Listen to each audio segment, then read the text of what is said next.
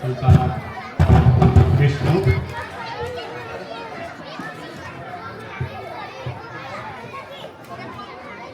बड़ीघाट गाउँपालिका वडा नम्बर 2 पोषण मैत्री स्थानीय शासनयुक्त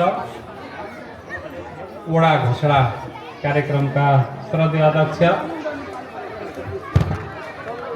बड़ीघाट वार्ड नम्बर 2 का अध्यक्षज्यू,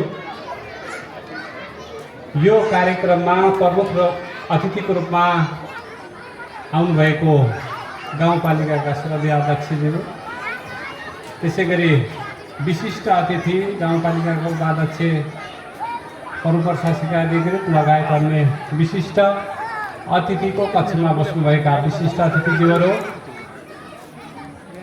विभिन्न राजनैतिक दलबाट प्रतिनिधित्व गरेर बस्नुभएका आदरणीय अतिथि महानुभावहरू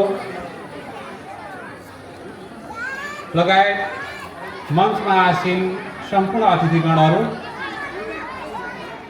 यो वडालाई पोषण मैत्री स्थानीय वडा घोषणा गर्नको लागि विभिन्न सङ्घ संस्था, टोल,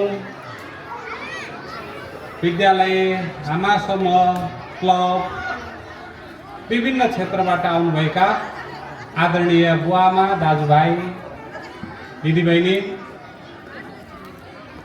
त्रिभुवन माविबाट आउनुभएका शिक्षक लगायत विद्यार्थी भाइ बहिनीहरू, सुरक्षाकर्मी, पत्रकार लगायत सम्पूर्ण महानुभावहरू, सबैलाई म हार्दिक नमस्कार भन्न चाहन्छु। आज बड़ीघाटको वडा नम्बर 2 पोषण मैत्री शासन घोषणा भएको छ। यानि कि यो वडालाई हामीले धेरै सूचकहरू, यसमा धेरै सूचकहरू आफ्ना सूचकाङ्क पुरा गरेपछि मात्रै हामी यो तहमा पुग्ने भनेर अघि यहाँ हामीले वडा सचिवजीले धेरै सूचकहरू यहाँबाट प्रस्तुत गर्नुभयो। शिक्षाका पनि केही सूचकहरू थिए। हामीले यो वडालाई पोषण मैत्री वडा घोषणा गर्दै गर्दा अब यसको दिगोपनको लागि पनि हामीमा चुनौती थपिन्छ।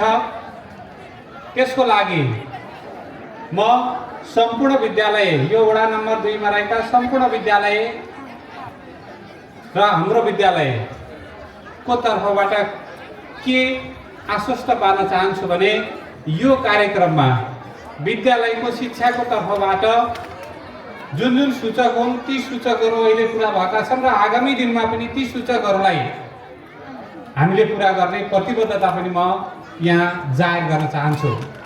त्यसैगरी यो कार्यक्रममा सम्पूर्ण विद्यालयको तर्फदेखि जुन शुभकामना मन्तव्य दिने अवसर दिनुभयो, आयोजकलाई धन्यवाद ज्ञापन गर्दै मेरो शुभकामना मन्तव्य अन्त्य गर्ने अनुमति चाहन्छु। हस्त नमस्कार।